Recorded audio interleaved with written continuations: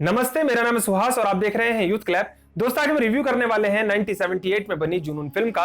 लेकिन उससे पहले आप सबसे एक रिक्वेस्ट है कि अगर अभी तक आपने इस चैनल को सब्सक्राइब नहीं किया है तो प्लीज इस चैनल को सब्सक्राइब करने के बाद रिंग बेल आइकन को दबाना बिल्कुल भी ना भूलें। दोस्तों, जुनून फिल्म को डायरेक्ट किया था श्याम बेनेगल ने और इस फिल्म में हमें मुख्य भूमिकाओं में नजर आते हैं नफीसा अली, शशि कपूर, नसीरुद्दीन शाह, शबाना आजमी, जेनिफर और कुलभूषण खरबंदा।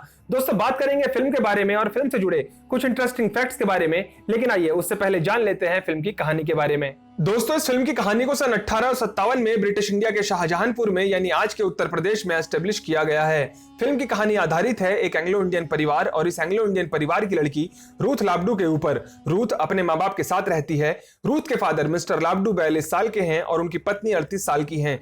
रूथ के फादर ब्रिटिश गवर्नमेंट में मजिस्ट्रेट के दफ्तर में क्लर्क थे। रूथ की जिंदगी में सब कुछ अच्छा चल रहा था, लेकिन इसी बीच वक्त करवट बदलता है और मंगल पांडे 29 मार्च 1857 को बैरकपुर कलकत्ता में अंग्रेजों के खिलाफ बंदूक तान लेते हैं, जिसकी वजह से शाहजहांपुर से दूर मेरठ में भी 10 मई 1857 को अंग्रेजी हुकूमत के खिलाफ भारतीय क्रांतिकारी विद्रोह का बिगुल बजा देते हैं। 11 मई 1857 को क्रांतिकारी मेरठ से दिल्ली पहुंचते हैं और बहादुर शाह जफर को दिल्ली की गद्दी पर बिठा देते हैं। 8 अप्रैल 1857 को मंगल पांडे को फांसी दे दी जाती है और देश के अंदर शुरू हुई इस राजनीतिक उथल पुथल का असर शाहजहांपुर में एक खुशहाल जिंदगी बिताने वाली रूथ की जिंदगी पर भी पड़ता है। 24 मई 1857 तक विद्रोह की इस आग से शाहजहांपुर भी अछूता नहीं रहता और इसी बीच एक दिन रूथ अपने पिता के साथ चर्च में प्रार्थना करने जाती है। लेकिन इस प्रार्थना के दौरान कुछ क्रांतिकारी चर्च पर हमला कर देते हैं और क्रांतिकारियों के इस हमले में रूथ के पिता मिस्टर लबाडू क्रांतिकारियों के हाथों मारे जाते हैं। और क्रांतिकारियों के इस हमले का शिकार सिर्फ रूथ और उसका परिवार ही नहीं होता, बल्कि आसपास रहने वाली और भी ब्रिटिश फैमिलीज के घरों को क्रांतिकारी आग लगा देते हैं। जो भी अंग्रेजी परिवार के बीच में आता है उसका कत्ल कर दिया जाता है। रूथ के परिवार के ऊपर से पिता का साया हट जाता है और इस बुरे वक्त में रूथ के परिवार का सहारा बनते हैं लाला जी, जो हमले में जिंदा बची रूथ, रूथ की मां मिसेज रूथ और रूथ की नानी को न सिर्फ बुरे वक्त में संभालते हैं बल्कि अपने घर में रहने के लिए जगह भी देते हैं। कुछ दिन रूथ और रूथ की मां लाला जी के घर में रहते हैं, लेकिन फिर फिल्म की कहानी में ट्विस्ट आता है और हमें देखने के लिए मिलता है जावेद खान। जावेद खान एक दबंग पठान है और बहुत दिनों से रूथ को मन ही मन पसंद करता है। एक दिन जावेद खान को पता चलता है कि रूथ को लाला जी ने अपने घर में संरक्षण दिया हुआ है। बस फिर क्या, जावेद खान रूथ को लेने लाला जी के घर पहुंच जाता है और रूथ को अपने घर ले आता है। दोस्तों, जावेद खान के अपने घर पहुंचते ही हमें वहां दिखाई देती हैं जावेद खान की पत्नी फिरदौस यानी खान बेगम, जिन्हें रूथ और रूथ के परिवार का अपने घर में आना बिल्कुल भी अच्छा नहीं लगता। लेकिन कुछ दिनों के बाद रूथ और रूथ का परिवार अपने अच्छे व्यवहार और बोलचाल से सबका दिल जीत लेता है। लेकिन इसी बीच एक दिन जावेद खान की वाइफ फिरदौस खान बेगम का दिल टूट जाता है जब उन्हें पता चलता है कि जावेद खान रूथ से दूसरी शादी करना चाहता है। इसके अलावा जावेद खान के साथ रूथ से शादी करने के इरादे को जानकर रूथ की मां मिसेज रूथ की चिंता भी बढ़ जाती है, क्योंकि मिसेज रूथ नहीं चाहती कि रूथ की शादी जावेद खान से हो। लेकिन जावेद खान रूथ से शादी करने के लिए पूरी तरह से जिद पर अड़ जाता है। क्या जावेद खान रूथ से शादी कर पाता है या नहीं? मिसेज रूथ जावेद खान के सामने रूथ से शादी करने के लिए क्या शर्त रखती हैं? और क्या रूथ और रूथ का परिवार सही सलामत बच पाते हैं या नहीं? इन सब सवालों के जवाब जानने के लिए आपको ये फिल्म देखनी होगी। दोस्तों, कुछ ऐतिहासिक घटनाएं घटती हैं, फिर ये घटनाएं इतिहास के पन्नों में दर्ज हो जाती हैं और उसके बाद आते हैं रस्किन बॉन्ड जैसे राइटर, जो अपनी जिंदगी के कुछ अनुभवों को आधार बनाकर इन ऐतिहासिक घटनाओं को कहानी के केंद्र में रखकर इन घटनाओं के इर्द गिर्द फिक्शन और नॉन फिक्शन को मिक्स करके द फ्लाइट ऑफ पिजियंस के नाम से एक उपन्यास लिखते हैं। और ये उपन्यास एक ऐसा उपन्यास बन जाता है जो हिंदुस्तान में हुई सन 1857 की क्रांति के बीच मानवीय संवेदनाओं और लोगों की सोशल और पॉलिटिकल लाइफ के बारे में तो बात करता ही है, इसके अलावा एक खूबसूरत और दिल को छू जाने वाली एक लव स्टोरी को भी हमारे सामने रखता है। और दोस्तों, रस्किन बॉन्ड की मात्र कहानी लिख देने भर से ही या फिर उपन्यास लिख देने भर से ही ये बात पूरी नहीं होती।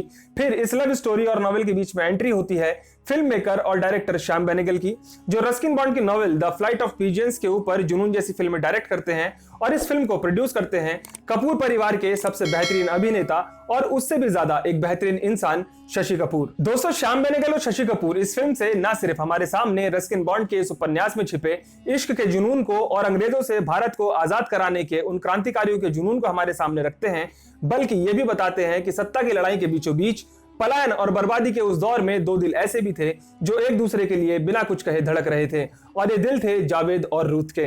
दोस्तों, इस फिल्म के डायलॉग लिखे थे सत्यदेव दुबे और इस्मत चुगताई ने। तो दोस्तों फिल्म की कहानी के बारे में बात हो गई और आइए अब बात करते हैं एक्टिंग, म्यूजिक और अवार्ड्स को लेकर, और उसके बाद हम बात करेंगे इस फिल्म से जुड़े कुछ इंटरेस्टिंग फैक्ट्स के बारे में। दोस्तों अगर एक्टिंग और अवार्ड्स की बात की जाए तो 1980 में नसीरुद्दीन शाह को बेस्ट सपोर्टिंग एक्टर का फिल्म फेयर अवार्ड मिला था। इसके अलावा जेनिफर ने भी बेस्ट सपोर्टिंग एक्ट्रेस का फिल्म फेयर अवार्ड 1980 में जीता था। दोस्तों इस फिल्म में म्यूजिक दिया था वनराज भाटिया ने और इस फिल्म में गीत गाए थे मोहम्मद रफी, जमील अहमद, आशा भोसले, वर्षा भोसले और जेनिफर ने। दोस्तों इसके अलावा इस फिल्म ने 1979 में 3 नेशनल अवार्ड भी जीते थे, जिसमें से एक था best feature film in Hindi जो कि शशि कपूर का एज ए प्रोड्यूसर दिया गया था। बेस्ट सिनेमाटोग्राफी अवार्ड था गोविंद निहलानी के लिए और बेस्ट ऑडियोग्राफी अवार्ड था हितेंद्र घोष के लिए। तो दोस्तों अब तक हमने बात की फिल्म की कहानी के बारे में, एक्टिंग, म्यूजिक और अवार्ड्स के बारे में, और अब हम बात करेंगे कि इस फिल्म में आप जिस तरह की घटनाओं को घटते हुए देखेंगे उनसे जुड़े हुए फैक्ट्स क्या है, कैसे रस्किन बॉन्ड ने इस कहानी को नॉवेल का रूप दिया, कैसे ये कहानी श्याम बेनेगल जी के पास तक पहुंची और कैसे इस फिल्म से शशि कपूर जुड़े। दोस्तों कभी कभी ये बहुत जरूरी हो जाता है कि जब भी हम इस तरह की फिल्मों से डील करते हैं जिनकी कहानी को ऐतिहासिक पृष्ठभूमि के आसपास लिखा जाता है या लिखा गया है, और जिस फिल्म को आप देखने जा रहे हैं, जिस फिल्म के लिए आप अपना कीमती समय देने जा रहे हैं, उस फिल्म की कहानी के तथ्यों को सत्य की कसौटी पर जरूर परखा जाना चाहिए। इसके अलावा दोस्तों किसी भी कहानी के ऊपर एक फिल्म बन जाने की जर्नी के पीछे ऐसा बहुत कुछ होता है जिसके बारे में जानना और समझना कभी कभी कहानी पढ़ने और फिल्म देखने से भी ज्यादा इंटरेस्टिंग हो जाता है। और ऐसा ही कुछ है रस्किन बॉन्ड की लिखी इस कहानी के पीछे भी, जिसमें से सबसे पहली बात तो ये कि रस्किन बॉन्ड ने इस कहानी को सच्ची घटना के ऊपर लिखा है। दूसरी बात यह कि रस्किन बॉन्ड के बचपन में यह कहानी उनके फादर ओबरे अलेक्जेंडर बॉन्ड ने सुनाई थी। उसके बाद जब रस्किन बॉन्ड बड़े हो जाते हैं तब सन 1961 और 62 के बीच में रस्किन बॉन्ड इस कहानी को कागज पर उतारते हैं और कागज पर उतरने के बाद ये कहानी हाथ लगती है इस्मत चुगताई जी के। जी हाँ, वो इस्मत चुगताई ही थी जिनका इस कहानी के ऊपर फिल्म बन जाने के पीछे एक बहुत बड़ा कंट्रीब्यूशन है। इस्मत चुगताई ने इस कहानी को पढ़ा और इस्मत चुगताई ने इस कहानी को पढ़ने के बाद श्याम बेनेगल जी से इस कहानी के ऊपर फिल्म बनाने की बात की। उसके बाद श्याम बेनेगल ने रस्किन बॉन्ड को चिट्ठी लिखकर इस कहानी के ऊपर एक फिल्म बनाने की इच्छा जताई। श्याम बेनेगल जो कि अंकुर और मंथन जैसी फिल्मों को जुनून फिल्म से पहले डायरेक्ट कर चुके थे, वहीं दूसरी तरफ शशि कपूर भी थे जो अपना प्रोडक्शन हाउस शुरू कर रहे थे। 1978 के आसपास की बात थी और शशि कपूर इंतजार कर रहे थे बड़ी ही बेसब्री से एज अ प्रोड्यूसर एक फिल्म के साथ डेब्यू करने के लिए।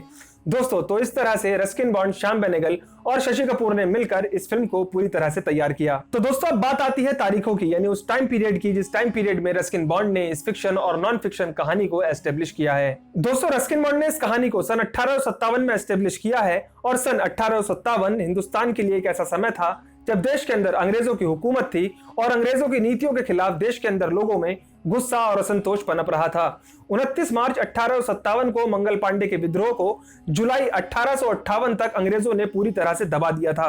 और दोस्तों 29 मार्च सन 1857 से सन 1858 के बीच में, इस एक साल के बीच में, इस कहानी और इस फिल्म की मुख्य किरदार रूथ की जिंदगी में क्या कुछ घटता है ये तो हमें देखने के लिए मिलता ही है इस फिल्म में।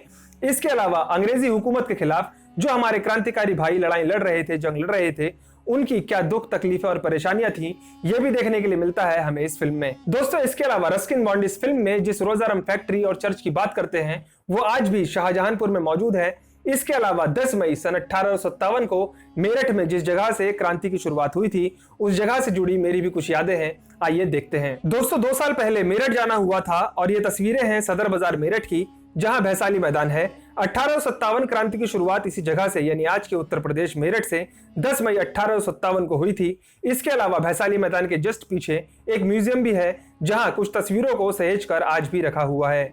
तो दोस्तों अगर आप झांकना चाहते हैं अतीत और इतिहास में तो यकीन मानिए इस फिल्म को देखिए, आपको ऐसा लगेगा जैसे इस फिल्म में घटने वाली घटनाएं आपके आसपास ही घट रही हों। तो दोस्तों उम्मीद करता हूं कि जुनून फिल्म का ये रिव्यू आपको जरूर पसंद आया होगा। अगर आपने इस फिल्म को देखा है तो मुझे कमेंट बॉक्स में जरूर बताइएगा कि ये फिल्म आपको कैसी लगती है, और अगर अभी तक आपने इस फिल्म को नहीं देखा है तो इस फिल्म को देखने के बाद मुझे जरूर बताइएगा कि इस फिल्म को लेकर आपकी क्या राय है। इसके अलावा दोस्तों आप मंथन फिल्म का रिव्यू भी देख सकते हैं, आपको प्लेलिस्ट में मिल जाएगा। इसके अलावा अगर ये वीडियो आपको अच्छा लगा हो तो इसे लाइक और शेयर करना बिल्कुल भी ना भूलें। चैनल को सब्सक्राइब करने के बाद रिंग बेल आइकन को दबाना भी ना भूलें। मैं मिलूंगा आपसे अगली ही एक ऐसी दिलचस्प वीडियो के साथ, तब तक के लिए नमस्ते।